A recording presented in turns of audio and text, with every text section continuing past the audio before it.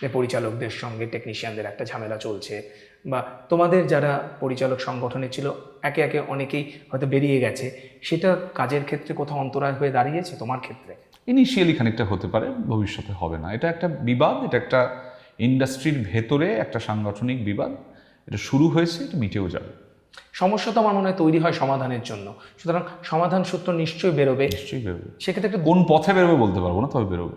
হ্যাঁ, সেক্ষেত্রে তোমাদের সংগঠনে কিছু মনে হয়েছে যে এতজন চলে গেল, আমরা তো বলি যে ইউনিটি ইজ দ্য স্ট্রেংথ, একতাই বল, তা তোমাদের সংগঠন থেকে প্রচুর পরিচালকরা যখন বেরিয়ে গিয়েছে তখন মনে হচ্ছে লড়াইটা এগিয়ে নিয়ে যাওয়ার ক্ষেত্রে একটু কঠিন?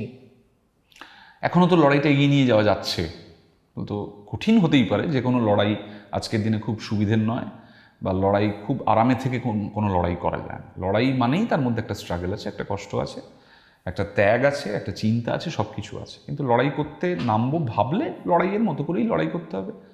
অনেকে চলে গেছেন, তারা যে কোনো কারণেই হোক না কেন গেছেন, সেগুলো তাদের তাদের সেই কারণের জানানোর এবং কারণ দর্শানোর অধিকার আছে। আবার আমি বা যে কজন আমরা এখনো পর্যন্ত এই লড়াইয়ে টিকে আছি, আমাদের এই লড়াইতে টিকে থাকার অধিকারও আছে এবং কারণও আছে।